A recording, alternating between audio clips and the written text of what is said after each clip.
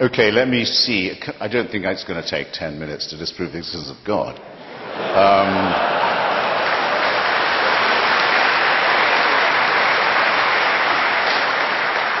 The atheist proposition is the following. Most of the time, it may not be said that there is no God. It may be said that there is no reason to think that there is one. That was the situation after Lucretius and Democritus and the original anti-theistic thinkers began their critique of religion. And I would just ask you all, ladies and gentlemen, to bear in mind a mild distinction while we go on.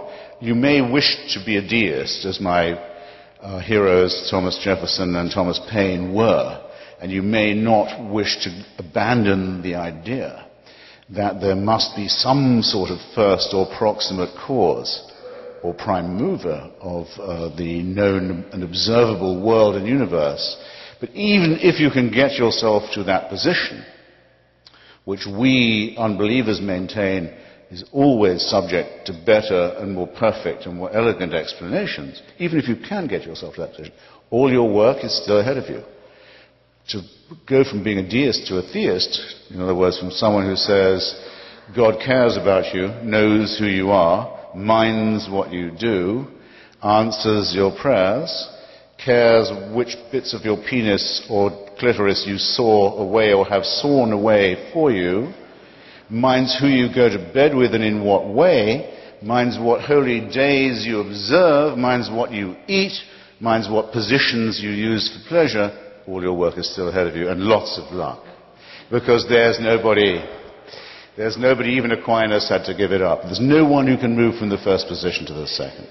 So I could, and I'm actually strongly tempted to, I could leave it right there. But then it's not in my nature to let off a captive audience so easily. So I'll add a couple of things. The reasons why I am glad this is not true would, I suppose, be the gravamen of my case. Some people I know who are atheists will say they wish they could believe it. Some people I know who are former believers say they wish they could have their old faith back. They miss it. I don't understand this at all. I think it's an excellent thing that there's no reason to believe in the absurd propositions I just, admittedly rather briefly, rehearsed to you.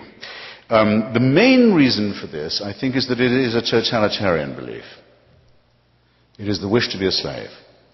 It is the desire that there be an unalterable, unchallengeable, tyrannical authority who can convict you of thought crime while you are asleep, who can subject you, who must indeed subject you, to a total surveillance around the clock, every waking and sleeping minute of your life, I say of your life, before you're born, and, even worse, and where the real fun begins, after you're dead.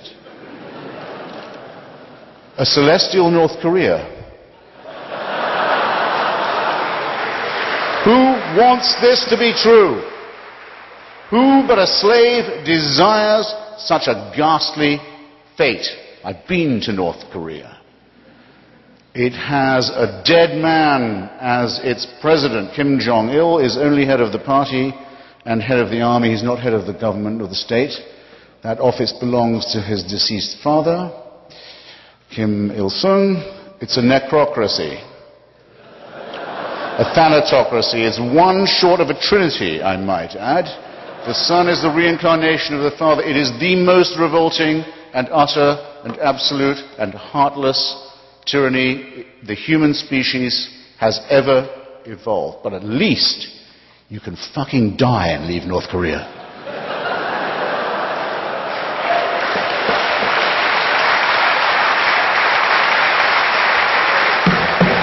Does the Quran or the Bible offer you that liberty? No.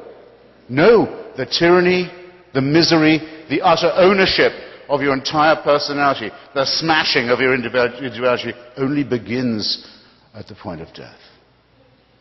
This is evil. This is a wicked preachment. So, that's the first thing.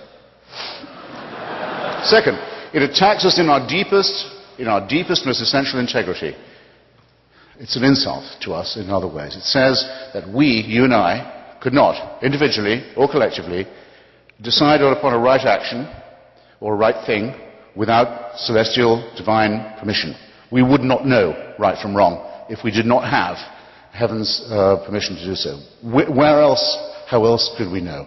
Our human solidarity, our innate knowledge of right and wrong, our acute awareness of what is fair and what is unfair, what is just and worthless to us, these come to us also as gifts from the great unassailable dictator enthroned.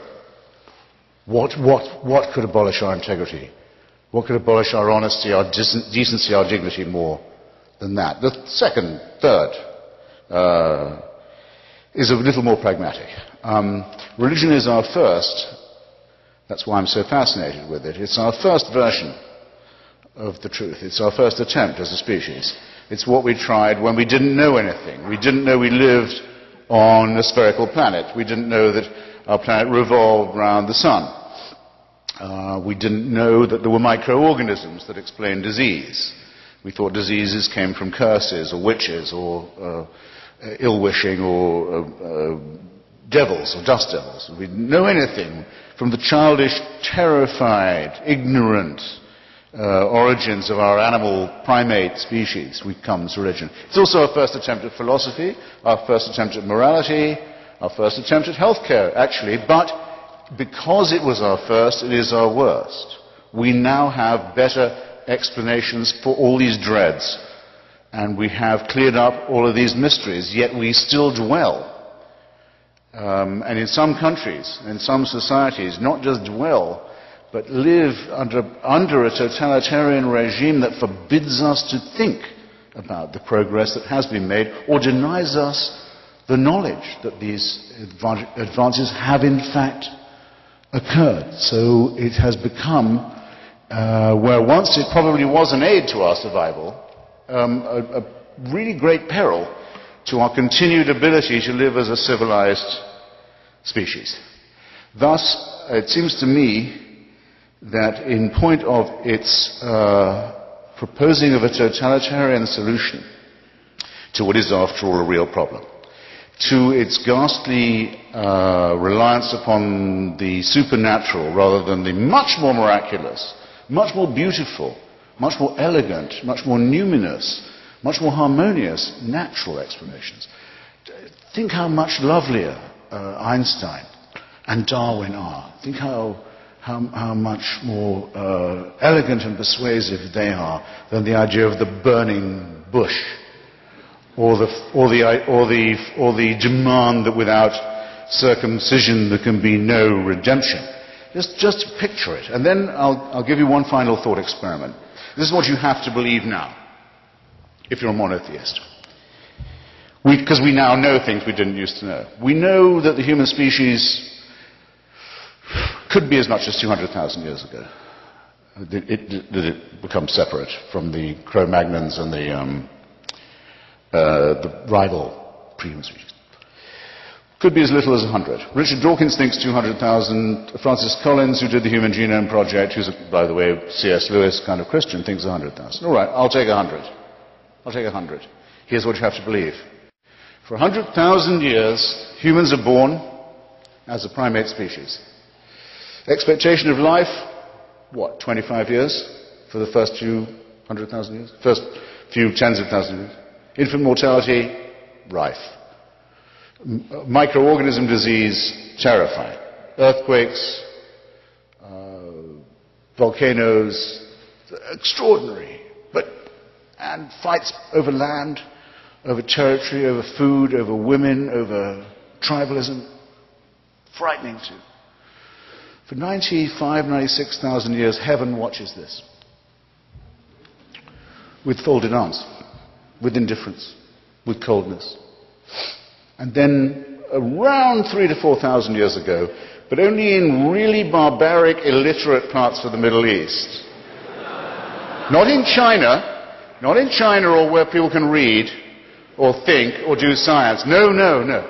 In barbaric, illiterate, backward parts of the Middle East, it's decided we can't let this go on, we better intervene.